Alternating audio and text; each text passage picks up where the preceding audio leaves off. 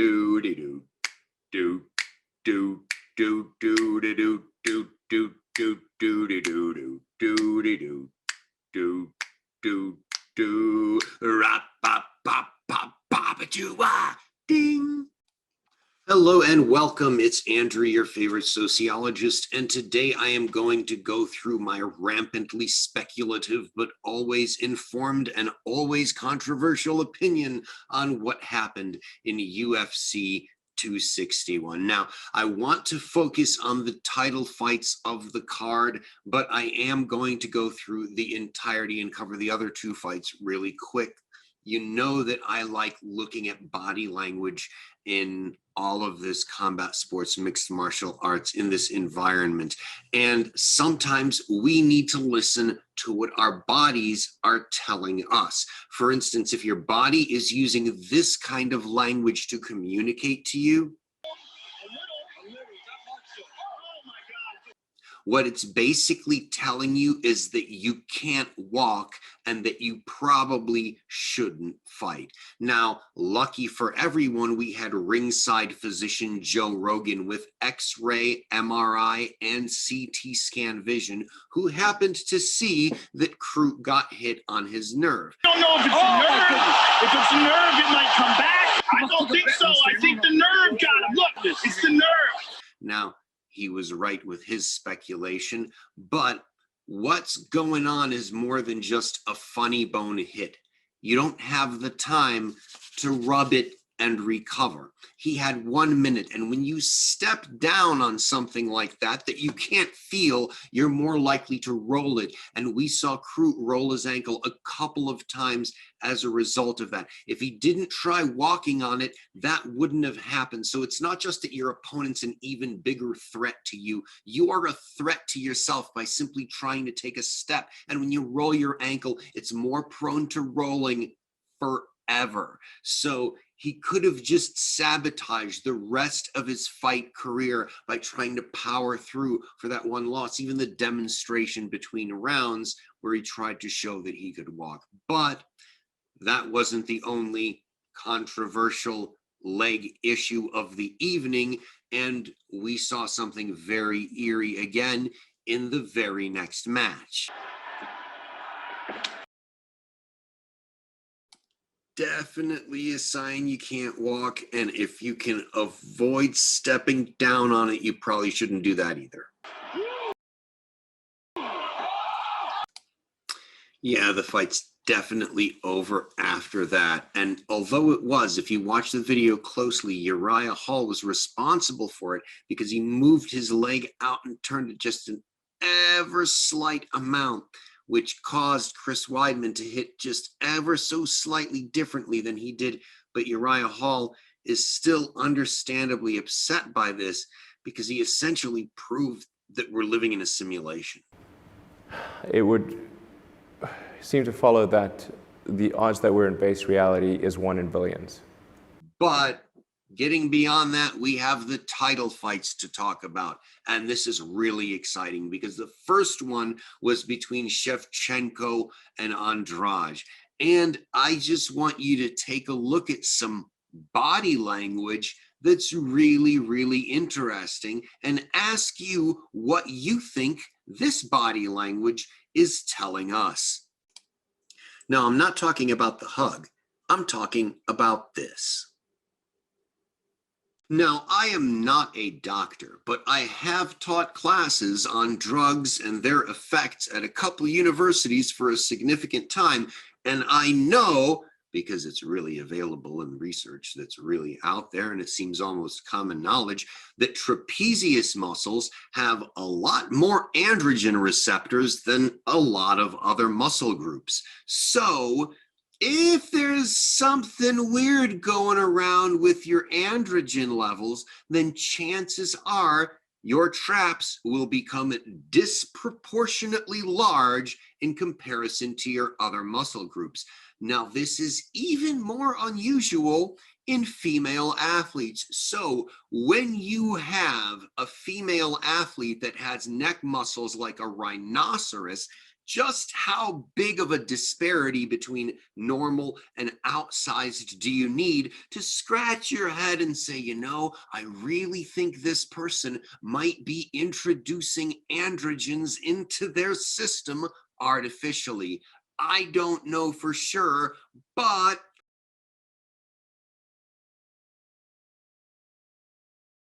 we've had something like this, not just in this title fight, but in the title fight that just followed it. Let's take a look at some of the body language of Weili Zhang.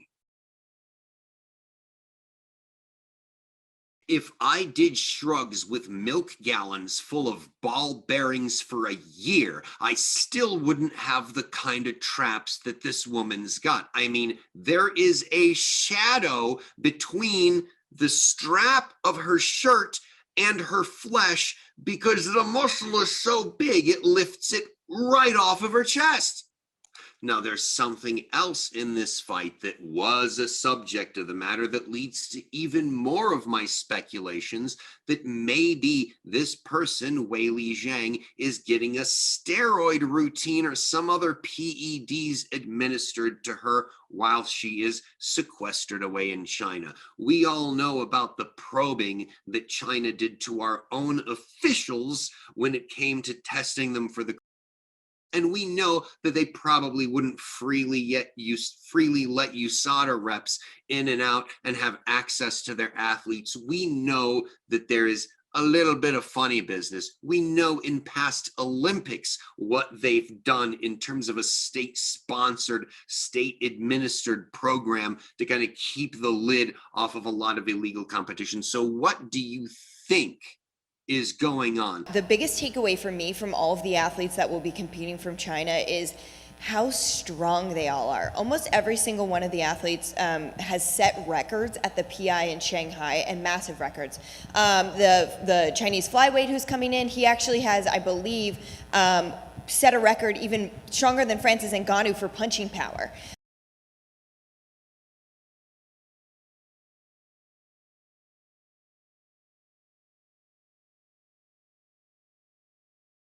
Andrade, Brazil, we know about the horse meat down there. We know that the Chinese government is about the fishiest one in the world when it comes to issues like this right now, except for maybe the Russians. But that's a whole nother story. Right now, we're talking about Andrade and Weili Zhang. And I think that both of those individuals are suspect as heck because their primary residencies are not where the U.S. anti-doping agency functions. And it's a lot harder to get to them. We don't know what restrictions their governments would put there. We do know some of the stuff that is dealt with in Brazil and the reps that they've got there. But China, come on. And I want to address this stuff with Rose Namajunas. And I want to say I'm glad that communism got a kick in the face in the Rose versus Weili match, because the whole, oh my gosh, what is she saying crap was just so ridiculous. Obviously, the people who are making the noise now don't remember anything about the Cold War because either they were comatose or they're too young to have an educated opinion on it. But when you've got a geopolitical rival that's huge, the events between athletes of those countries seem to take on some geopolitical significance. And there's a lot of people that seem to be clueless to the fact that China's government and policies are in complete and total contradiction to the things that we care about, cherish, and hope that all people will enjoy here in the United States. Well, there might be a small subculture of pro-CCP maniacs that are making noise about it. That fight has gotten kind of weird, right? With all the political talk and build up. In talking to her, do you know, did those comments make it back to her and did they impact her at all? But let's think about the implications. Basically, they are willing to, on YouTube, type things like, oh, well, the propaganda of the Chinese is just like the propaganda of the US, except for the fact that they're typing it on YouTube, a place where Chinese citizens aren't even allowed to access. if you go ahead and say, well, I don't like fruits, and just dismiss the discussion of the obvious differences between apples and oranges, then you're not worth being in the conversation about these differences. And yeah, oh, well, was it personal with Weili Zhang? No, but we don't know that, because like Rose said, we don't know what her real opinion is, because if it was of a certain type and she voiced it, that would be the end of her, and we wouldn't know what concentration camp she was sent to. Whether or not it was with the Uyghurs or otherwise, we would have no idea. We would just hear that Weili Zhang somehow disappeared on getting back home. Maybe it was a bike ride, maybe it was a jog in the park. And there might have been a lot of people with her that didn't see a darn thing happen. That's what's most likely. Now, to say and do all of this to make the discussion around this fight be the things that Rose said about a philosophy, not a human being, not a person, but she was attacking the philosophy and thereby the government. Are you so cowardly that you cannot understand that there are geopolitical conflicts that matter between nations, and that China is the biggest threat right now to what we consider global stability and freedom, for crying out loud? Oh, but let's make this a personal issue. Anybody that took that fight to this point is absolutely nuts. And I am frankly super glad that steroids lost in 2 of the 3 events, because we saw what happened with the Shevchenko-Andrade fight, and that was an awfully nasty ending. Beat her up. Yeah, it looks like she opened her up with one of those elbows. Big damage. Stoppage could come here. Closely. As it should be. That's it. Still, the UFC flyweight champion. And we saw the equally nasty, but all the more thrilling ending to the fight between the communist representative and Rose Namajunas. Weili has landed several of those inside low kicks.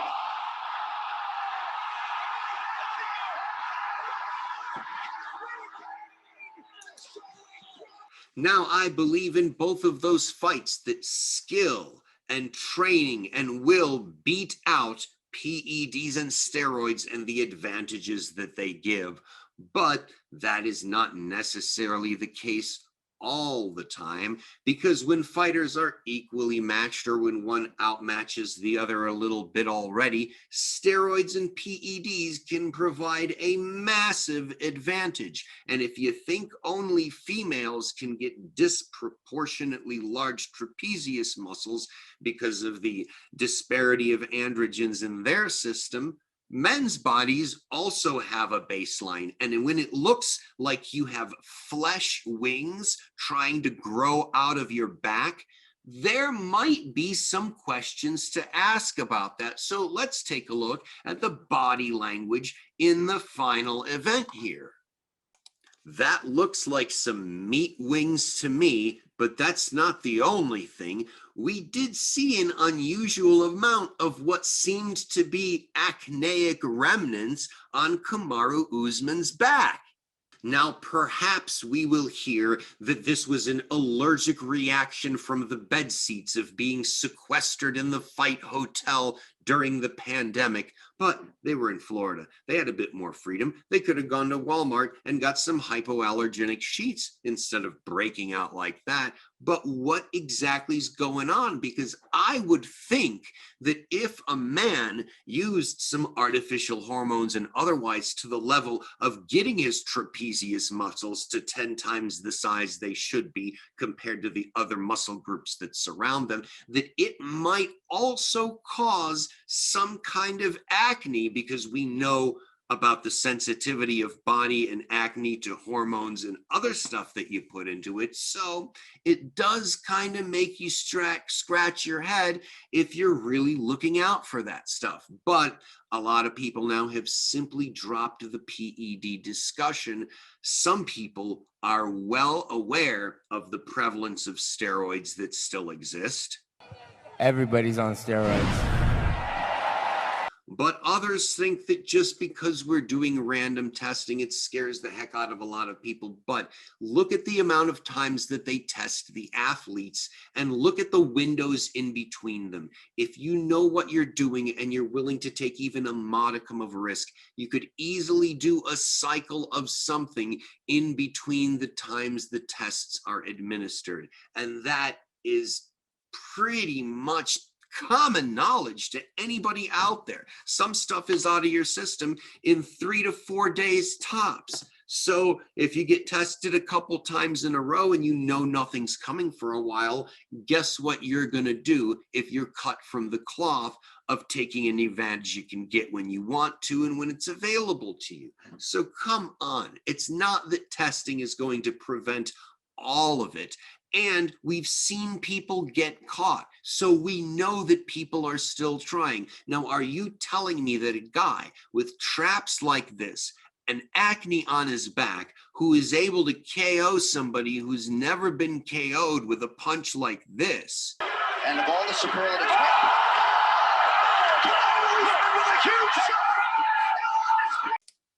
is immune from suspicion, despite the fact that he has an unreasonable, ungodly physique, despite the fact that he's showing signs that are very often associated with PED use, despite the fact that he's become the most dominant guy in his division in years and is being talked about as the pound for pound great, an awful lot like somebody else who was in the light heavyweight division and got busted for PEDs multiple times.